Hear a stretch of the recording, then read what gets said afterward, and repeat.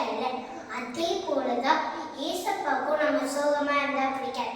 நம்ம எப்பயும் சிரிச்சுக்கிட்டு ஜாலியா விளையாண்டுக்கிட்டு மற்றவங்களோட அன்பா பேசிக்கிட்டு இருந்தாதான் ரொம்ப பிடிக்கும். இன்னைக்கு ஒரு வேளை நீங்க சோகத்தோட இந்த வீடியோவை பார்த்துட்டு இருக்கீங்களா? ஏசப்பா நமக்காக ஒரு வசனம் சொல்லியிருக்காங்க, உங்கள் துக்கம் சந்தோஷமாய் மாறும் அப்படின்னு.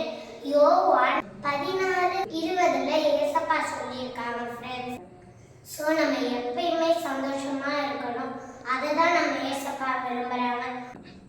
எப்படி கெட்ட குமாரனாவும் அவங்க அப்பாவை விட்டு எனக்கு என் சொத்தை கொடுங்க, பிரித்து கொடுத்துருங்க, நான் தூர தேசத்துக்கு போயிடுறேன் அப்படின்னு சொல்லிட்டு போனாங்களோ, அவங்க ஃப்ரெண்ட்ஸ் கூட வீண் காசு செலவழிச்சிட்டு அவங்களுக்கு அப்புறமே சாப்பிட எதுவும் இல்லை, அந்த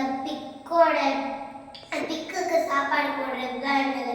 அதை எடுத்து சாப்பிட போகலான்னு போகும்போது அவங்க ஓனர் வந்து நீ வேலையை விட்டு நின்றுன்னு சொன்னும் போது அவங்க கூச்சமும் வருத்தமும் இல்லாமல் அவங்க அப்பா கிட்ட போகும்போது அவங்க அப்பா எப்படி அவங்கள அன்பா சேர்த்துக்கிட்டாங்க. ஆனால் அவங்க திருப்பி வந்தபோது சந்தோஷமா ஏற்றுக்கொண்டாங்களே ஃப்ரெண்ட்ஸ்.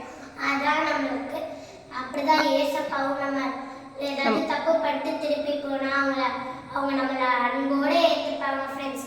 ஓகேவா? இன்னைக்காக நம்ம ப்ரே பண்ணிடலாமா? அன்புலே ஏசப்பா, இந்த நாளுக்கு வந்ததுக்காக நன்றி ஏசப்பா. இந்த நாளிலும் இதோட துக்கத்தை நீங்கள் சந்தோஷமாக மாற்றுவீங்கன்னு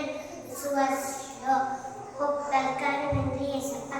இயேசுவின் நாமத்தில் ஜெபிக்கிறோம் ஜீவனிலே நடக்கிறதாவே ஆமென்.